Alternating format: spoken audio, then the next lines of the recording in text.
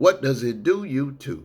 Scotty back at you with another video, another episode of Scotty Says. And I hope you watch my last video on the Lakers, because this is the follow-up to my big Laker season update. The last video, and I'll link it in the description, was at the 13-game mark in the season.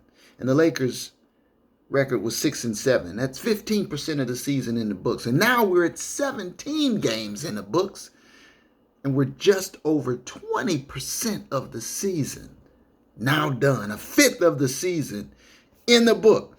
And the Lakers sit at 8-9. A disappointing 8-9. And again, as I mentioned in the last video, I accept with all these new parts that they had to sort of fit into a machine that it could take time, and it will take time. And these are older guys, and the injuries, and LeBron, the main ingredient, has been out. All those things I grant you. But there's something deeper that's wrong. There's a problem in Lakerland, folks. So let's get right into it. Shall we? We shall. All right. Now, first of all, it's always good to see the King is back. Return of the King. LeBron returned after a lengthy absence, another 10 games or so, due to the abdominal. And so, despite the King returning, the outcome was poor. But before we get to that, let's turn the clock back. This was the game that perfectly depicted what I was talking about in the previous video I did, when I spoke about how AD struck me as an injury-prone Robin. Holy Willikers, Batman, my foot. And listen, no disrespect to being a Robin, okay? Because a Robin means you're basically the second best player on an NBA team. So you're a baller. But Anthony Davis was brought to the Los Angeles Lakers under the premise of being the heir apparent. He was the guy who was going to take the torch from LeBron and lead the Lakers forward into the glory years of the future. I don't see it. Somebody's been hoodwinked. Now, Anthony Davis is a great player. The thing of it is, there's a component of being great that is difficult to measure. You can't teach it, but it has to do with will, drive, determination, grit. Dog, the young kids are calling it. And that's the part where I think AD comes up short for a 7-footer. Pun intended. Now, we had an opportunity when the Lakers visited the Milwaukee Bucks to watch AD versus Giannis. It's actually a brilliant opportunity to take a good look at these two guys. Head up, right? Mano y mano. Or so we were led to think.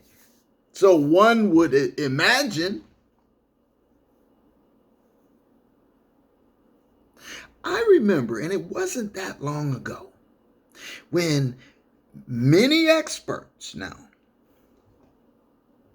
were arguing and debating and exhorting the praises of Anthony Davis and how, in a one-on-one comparison versus Giannis, AD was the better player. I remember.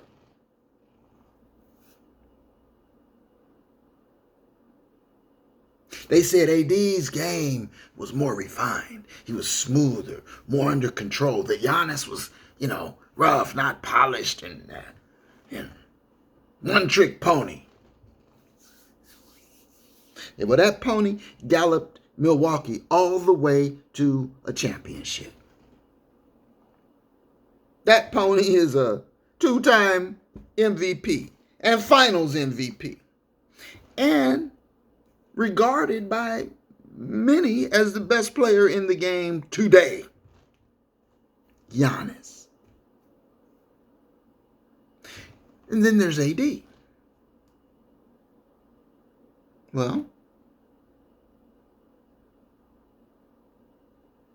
the expectations have been great. Let's see it on the court one-on-one. Giannis puts up 47 and 9. Drops it on the Lakers' head. 47 and 9. AD, 18 and 9. 47, 18. 47, 18.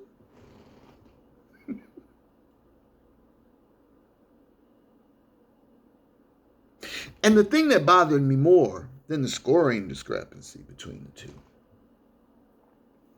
was how AD seemed to have little taste to actually try to guard Giannis. He almost seemed to sort of stay away from him. Like, wherever Giannis is, I'm going to be on this side. I'll linger out around the 3-point line, or yeah, I'll take a lob or two. Sure, but I'm AD. I can shoot the fadeaway from the elbow. I'm going to throw up some threes, And his 3-point shooting percentage is awful this year. I'll shoot up threes. I'll shoot up fadeaway jumpers. My mid-range game is sweet. Meanwhile, Giannis is punishing the Lakers. Driving in the lane.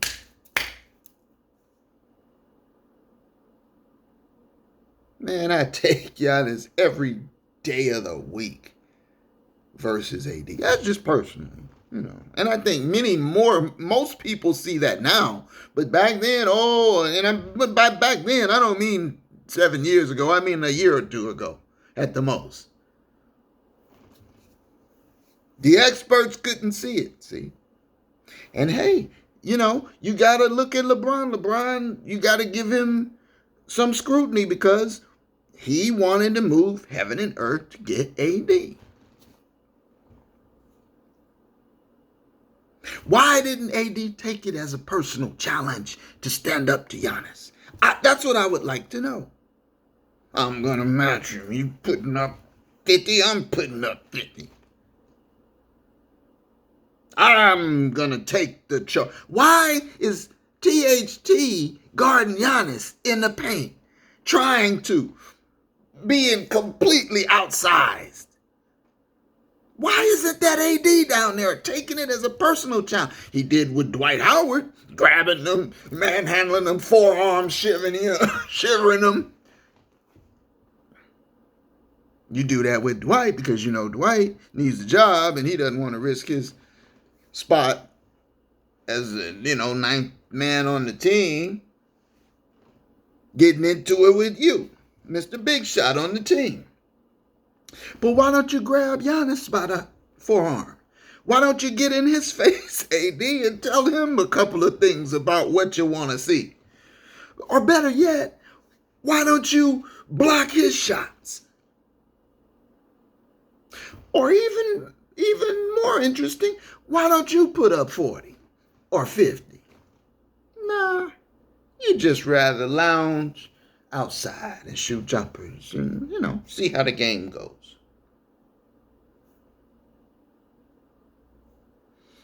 Both teams come in struggling, Lakers and Bucks. The Bucks star dominates and gets the win. The Lakers star, AD, flounders, they take the L. Remember when they said AD was better than Giannis? I do. As an aside, I also want to say in my Lakers update video that the one player I neglected to mention was Avery Bradley, and that was definitely a mistake, an error on my part, because Avery Bradley is a very important piece of the Lakers pie. And I think it says a lot about how stacked Golden State must be that they could just let him go. They could just let Avery Bradley go. They're like, we got enough people. We're just going to, you can go, man. And the Lakers are like, well, hell, he could start for us. Please come back. And so welcome back to the team, Avery Bradley. He's steady. I like his game. I like that he does try to play defense, at least, in the early stages. No, I'm going to give him more than that. And he's a good, solid, stable starter for the Lakers. And that's the role he played before the bubble. And so I'm glad to see him back. Now, I digress.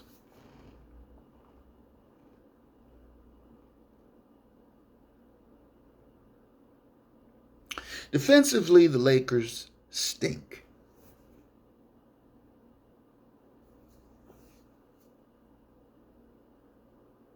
And so you think if we can just get Bron back, see, that's going to straighten out a lot of this.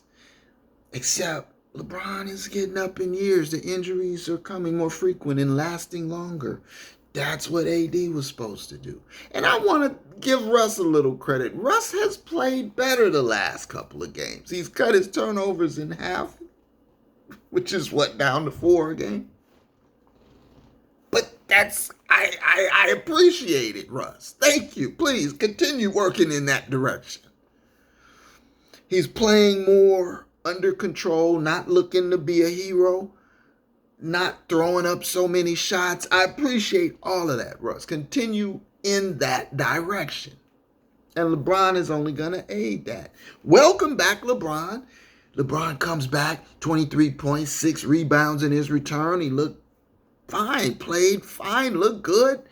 But Celtics, the Boston Celtics, the hated, the leprechaun green wearing clownish Boston Celtics ran the Lakers out the gym.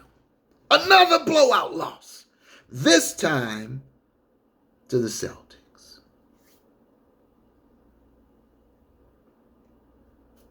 And so after 17 games, you're 8-9.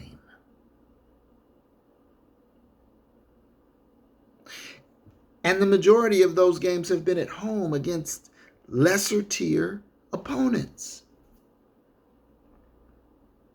It doesn't bode well. The Boston Celtics out-rebounded the Lakers 51-33. You dominated them in the paint.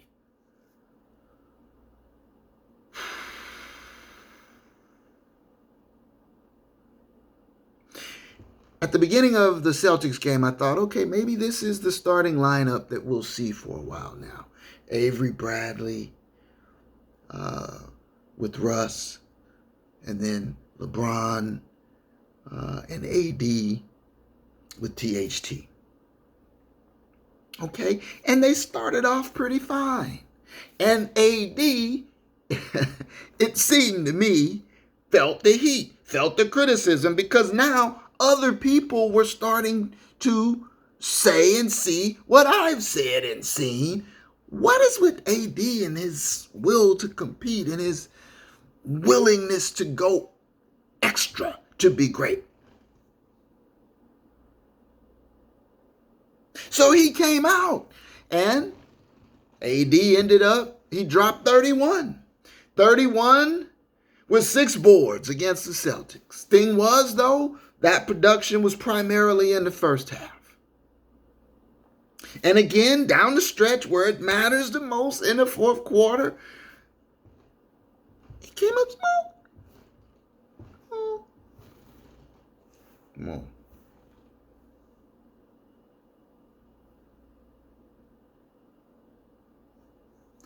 Melo had actually saved the Lakers a couple of the games that they won early on, and he is cooled off now.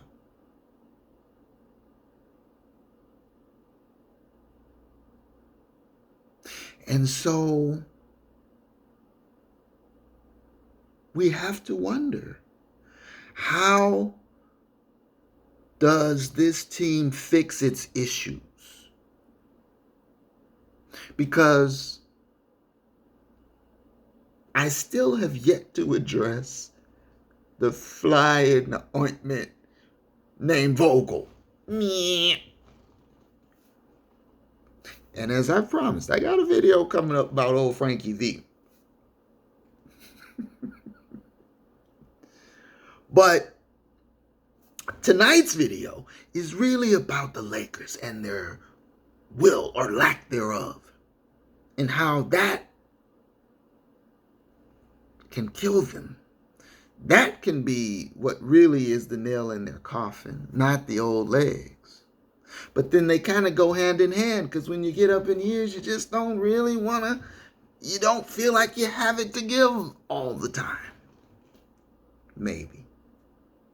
But then you have to know that when you assemble a team of relics, fossils, wonderful fossils from before, they were all wonderful in their day 10 years ago, man, this team, whoo. But today, I don't see how Ariza's going to help this mix.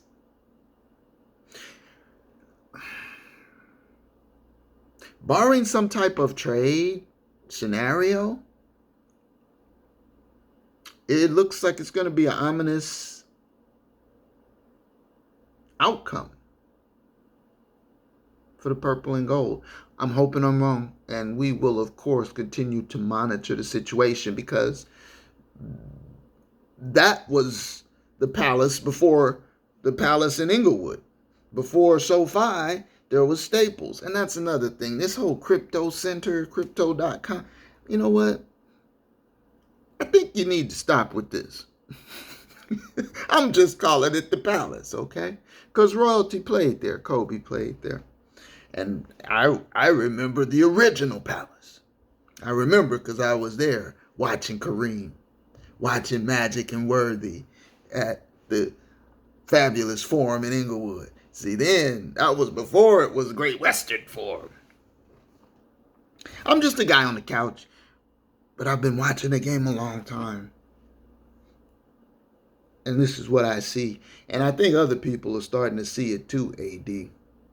So we're going to continue to monitor how things play out over at Staples, the Palace, with the LA Lakers. Please, thumbs up. Let me know what you think. Subscribe if you haven't already. And until next time, my folks, one love.